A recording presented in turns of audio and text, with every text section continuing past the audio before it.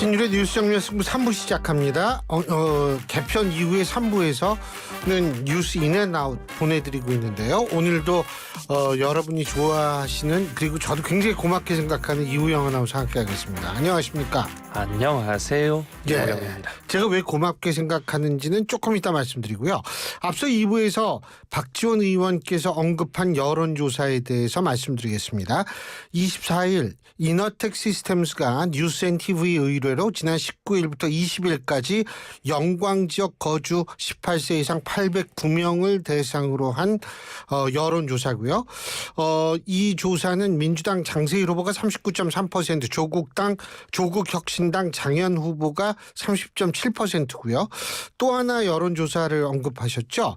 그건 뭐냐면 KBC 광주 방송의 의뢰로 리서치 뷰가 지난 11일부터 12일 양일간 전남 영광군 거주 18세 이상 남녀 500명을 대상으로 한 여론조사입니다.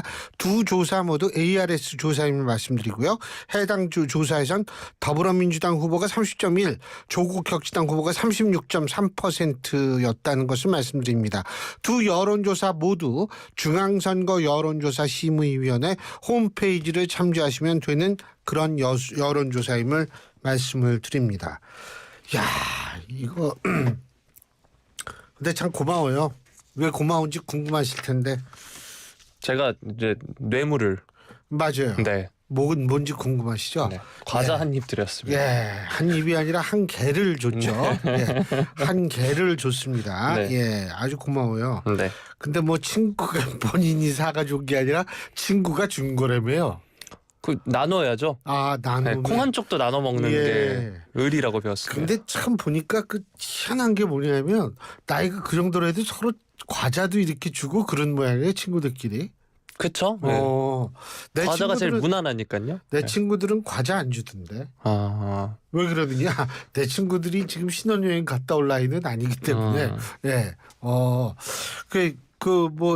친구들은 그렇게 막 갔다 오고 그러는데 이우영 아나운서가 어떻게 할 거예요?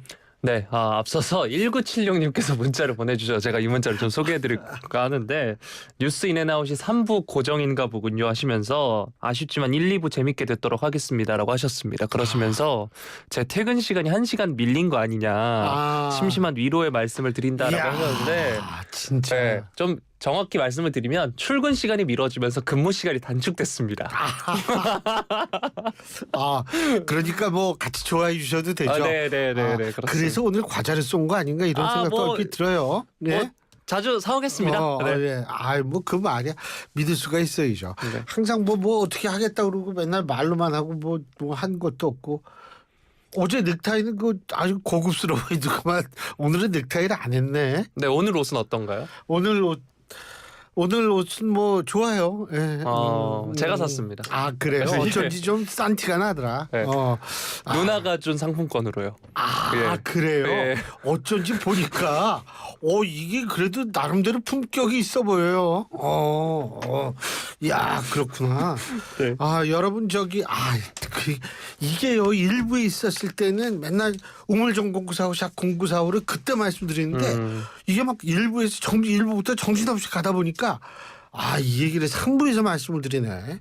이우영 아나운서한테 뭐 응원을 하시든지 저를 응원해 주시는 분은 거의 없더라고요. 근데 어쨌든 그러시는 분들은 우물정공구사하고 샷0945로 문자를 보내주시면 제가 방송에서 여러분의 의견 최대한도로 반영하도록 하겠습니다. 짧은 문자 50원, 긴 문자 100원의 유료 문자임을 말씀을 드립니다. 자, 오늘 어떤 얘기부터 해볼까요? 네, 국제 소식부터 다뤄드리도록 하겠습니다. 바로 이스라엘의 헤즈볼라 융단 폭격 관련 소식인데요.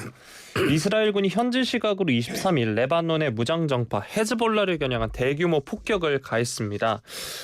최소 492명이 숨졌다라고 레바논 보건부가 밝혔고요. 사망자 중에 어린이도 35명, 그리고 여성이 58명이 포함됐다라고 합니다. 부상자의 경우 1,645명이라고 발표했는데, 이렇게 되면 이제 꽤나 많은 숫자로 이제 2,000명이 넘어가는 이제 사상자가 발생을 한 겁니다. 이런 인명 피해는 2006년 이스라엘이 레바논을 침공해 벌어졌던 2006 레바논 전쟁 이후 가장 큰 규모라고 하는데요. 이스라엘군도 성명을 내서 레바논 남부는 물론 동부까지 24시간 동안 약 650차례 공습으로 헤즈볼라 시설 1,100개 이상을 타격했다라고 밝혔고요. 공습이 아침 6시 반부터 시작됐다고 레바논 언론들이 전했습니다. 이스라엘 국방장관은 오늘은 중요한 정점이다라고 하면서 헤즈볼라의 로켓과 정밀 탄약 수만 발을 파괴했다라고 이야기했는데 표적 공습을 한 건데 이게 헤즈볼라 고위 지휘관 알리 카라키를 겨냥한 거라고 합니다. 그런데 카라키는 무사하며 안전한 장소로 이동했다고 헤즈볼라가 이야기하기도 했고요. 레바논 총리는 레바논에 대한 이스라엘의 계속되는 침략은 모든 의미에서 말살을 위한 전쟁이다라고 하면서 이스라엘의 새로운 전쟁을 막고 미지의 세계로 내려가지 않기 위해 정부 차원에서 노력하고 있다라고 말을 했습니다. 하지만 이제 이스라엘 총리 네타냐후 총리는 헤즈볼라에 대한 공격을 계속하겠다 이런 뜻을 밝혔고요. 이게 폭격에서 끝나지 않고 지상군까지 동원하는 것 아니냐 이런 우려도 점점 나오고 있습니다. 이스라엘군 북부사령관은 우리는 가능한 한 빨리 레바논 국경의 안보 상황을 바꾸기로 결심했다라고 하면서 지상군 투입을 시사한 바도 있고요. 헤즈볼라 역시 반격에 나서고 있는 상황입니다. 이스라엘군의 공습에 대한 대응으로 이스라엘 북부 하이파 인근의 방산업체 라파엘을 비롯한 3곳에 로켓포를 발사했다라고 헤즈볼라가 성명을 발표를 했습니다.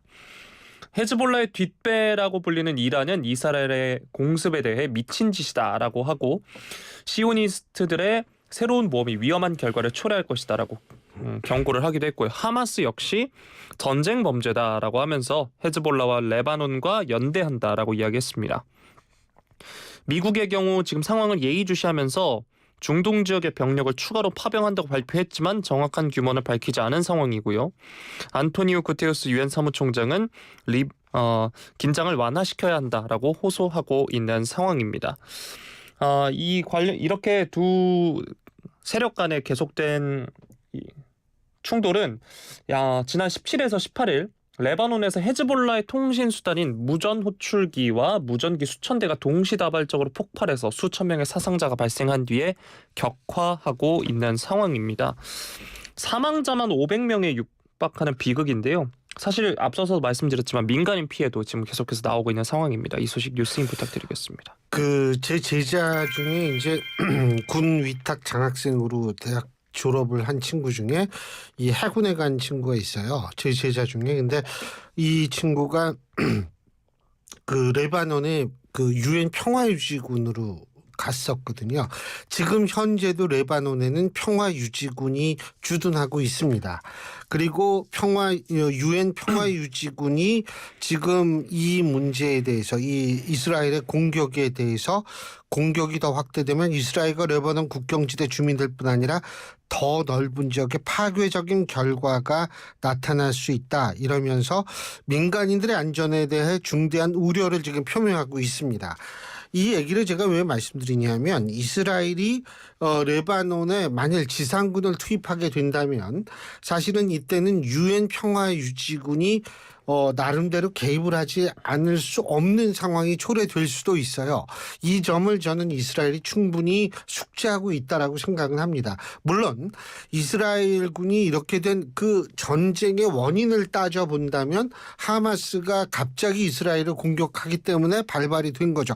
거기까지는 이스라엘에 대해서 상당히 사람들이 우호적인 입장을 표명했던 것은 여러분 다 기억을 하실 텐데 지금 이제 이것이 사태가 전개가 되고 이렇게 되다 여기까지 온 이 상황에서 과연 이스라엘에 대한 그 소위 말하는 우호적인 여론이 어느 정도 될 것인가. 전쟁도 이게 여론이 세계 여론이 굉장히 중요하거든요. 이런 거를 생각해 봐야 되고 만일 이것이 확전이 된다라고 얘기했을 땐 민간인 피해도 물론 우려가 되고 그것이 가장 큰 우리가 좀 걱정을 해야 될 부분임은 확실하지만 또 하나는 뭐냐면 이것이 중동 지역 전체의 정세에 어떠한 영향을 주느냐에 따라서 우리가 또 경제적인 영향도 받을 수가 있거든요. 이런 부분. 그래서 제가 볼 때는 이 부분을 우리가 이게 먼 나라 뭐 그냥 그런 얘기인가 보다라고 넘기기는 좀 그러기에는 상당히 심각한 문제다. 그런 생각을 하죠. 네. 자, 다음 소식 살펴보겠습니다. 김건희 여사에게 명품백을 전달한 혐의를 받는 최재형 목사에 대한 대검찰청 수사심의위원회 검찰 수사심의위원회가 오늘 열리고 있습니다. 오늘 오후 2시부터 이 관련해서 심의가 열리고 있는데 이원석 전 검찰총장이죠. 직권으로 소집한 이 수심위원은 별도로 최 목사가 피의자 신분인 사건에 관한 내용만 안건으로 올라왔습니다. 최 목사 수심위는 김 여사 수심위 때와 마찬가지로 직무 관련성 성립 여부가 최대 쟁점으로 다뤄질 예정인데요. 오늘 최 목사는 직접 참석하지는 않았습니다. 대검 앞에서 기자회견을 열었는데 위원들의 날카로운 질문에 자동 반사적으로 내 죄를 방어할까 봐 염려가 있었다. 제가 수심위에 들어가는 것보다 들어가지 않았을 때 이득이 더 크다고 보고 수많은 논의 끝에 결정했다. 이렇게 밝혔습니다. 이제 담당 변호사가 대신 참석을 하는데 검사는 무죄를 주장하고 피의자는 유죄를 주장하는 황당한 상황이라면서 직무 관련성이 있고 청탁이 맞는다는 취지로 객관적인 사실과 증거들을 바탕으로 법리적으로 잘 설명하겠다. 이렇게 말을 했습니다. 최 목사가 김 여사에게 윤 대통령의 직무와 관련해 청탁하면서 디올백, 샤넬 화장품 세트 등을 건넨 만큼 등 청탁금지법 위반 혐의가 있다고 주장하되 나머지 3개 혐의는 인정되지 않는다고 주장하겠다는 게 최 목사 측 입장이고요. 반면 검찰은 선물들이 취임 축하 표현이거나 취재, 만남을 위한 수단이었을 뿐 직무 관련성은 없었으므로 김 여사와 최 목사를 모두 불기소 처분해야 된다고 설명할 예정이라고 합니다. 이 심의 의견은 오늘 오후 늦게 공개될 것으로 보인다라고 하는데 아직까지 이와 관련해서 이야기가 전해지고 있지 않는 거 보니까 여전히 심의가 진행 중인 것 같고요. 당초 검찰은 이 사건을 이원석 전 총장 임기 내에 마무리할 계획이었지만 이 새로운 심우정 신임 검찰총장에게 넘어온 상황입니다. 기소 의견이나 수사 계속 의견이 다수 나온다면 김 여사의 최종 처분을 놓고 검찰의 셈법이 좀 복잡해질 것으로 보이고 있고요. 반면 수심위가 불기소를 권고하면 검찰은 부담을 덜게 된다라고 합니다.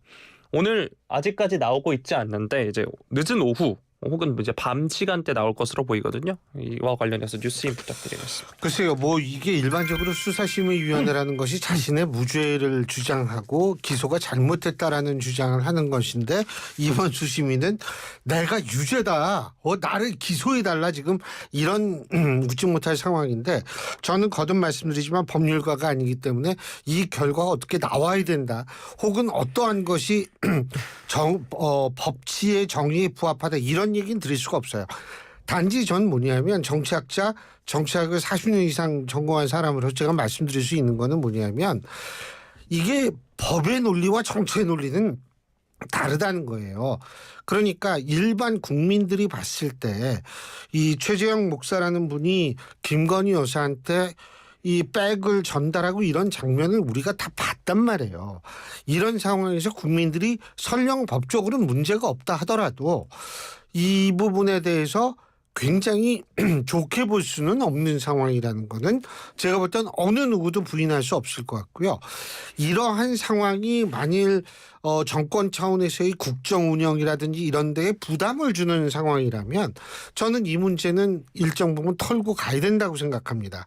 근데 이게 대통령이 사과했다, 자꾸 이런 논리를 세우는데 대통령이 사과했다, 근데 어쨌든 지금 털리지 않은 상태니까 얘가 계속 얘기가 나오는 거 아니에요? 이렇다면 사실은 뭐 이 김건희 여사가 직접 이 문제에 대해서 언급하고 사과하는 게 저는 이 문제를 털고 가는데 굉장히 중요한 것이 아닌가라는 생각은 지금도 변하지 않고 가지고 있습니다. 앞으로 이 부분이 어떻게 전개될지는 모르지만 이걸 가지고 계속 이게 법적으로 문제가 없으니까 이제 끝났다, 정권 차원에서는 그렇게 생각할 수 있지만 국민들은 그렇게 생각하지 않는다. 이 부분이 저는 굉장히 중요한 부분이라고 생각하고요. 그런 의미에서 제가 바라고 싶은 것, 정권 차원에서의 여론에 대한 반응성을 높일 필요가 있다라는 말씀을 꼭 드리고 싶습니다. 네, 마지막 소식 살펴보도록 하겠습니다. 지난 추석 당일이었습니다. 부산에서 30대 여성 환자가 응급 상황에 빠져서 이제 치료할 수 있는 병원을 찾다가 결국 숨진 사실이 밝혀졌는데요. 지난 17일 오전 2시 15분 부산 영도구에서 30대 여성이 의식장애 증상 등을 보인다는 신고가 접수됐고 구급대가 현장에 도착했을 때 이 환자는 생명이 위험할 수 있는 레벨 1단계여서 구급상황관리센터까지 나서서 치료할 병원을 찾기 위해 전화를 돌렸다고 합니다. 부산 시내 10개 병원에서 진료 불가 통보를 받았고 그 사이 환자는 구급차에서 심정지 상태에 빠졌다고 합니다. 무려 92차례 전화 뺑뺑이를 돌렸다고 하는데 치료할 수 있는 병원을 찾지 못한 환자가 결국 오전 6시 25분 신고가 접수되고 이제 4시간 10분 뒤에 숨진 건데요. 이와 관련해서 이제 사실 정부의 그간 입장은 의료 대란 없었다 이런 이야기들이 계속 나왔는데 이 보도만 놓고 보면 반대되는 상황입니다. 어떻게 보시나요? 제가 볼 때에는 물론 뭐 큰 대란은 없었다라고 얘기를 하지만 중요한 거는 인간의 생명 인권의 문제는 숫자가 중요하지 않다라는 거예요. 한 사람이 이런 불상사를 당해도 이거는 굉장히 심각한 문제로 접근을 해야 된다는 거죠.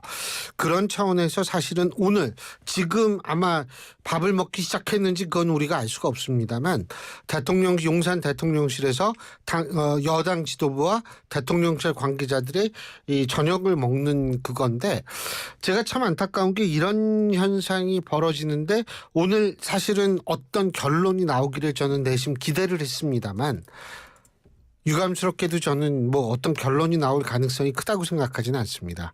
그렇기 때문에 제가 좀 바라는 것은 당장 내일이라도 모레라도 한동훈 대표와 윤석열 대통령 단독 회동이 이루어지기를 바라요.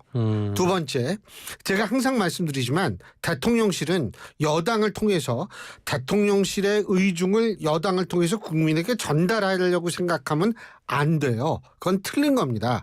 정당은요, 여론의 최전선에 있는 존재이기 때문에 정당이 얘기를 하는 것을 대통령이 듣고 대통령이 그 정당의 의견을 최대한도로 국정기에 반영하는 모습을 보여야 하는데 제가 볼 때 뭐 20명이나 밥 먹고 1시간 20분 밥 먹는다 그러는데 거기에선 그렇게 될 수가 없어요. 그렇기 때문에 가감없는 여론을 받아들이고 대통령이 그 여론에 입각해서 어떤 국정운영의 방향, 지금의 일에 있어서 이 의료대단의 수습책 이러한 것도 아울러서 생각해 볼 수 있는 기회가 오늘은 전 아니라고 생각하기 때문에 뭐 내일이나 모레나 좀 있었으면 좋겠다는 생각이 듭니다. 여기까지 하죠. 수고하셨습니다. 고맙습니다. 내일 또 가져갈 거예요. 이호영 아나운서였습니다. 골프용품 살 땐 딜팡!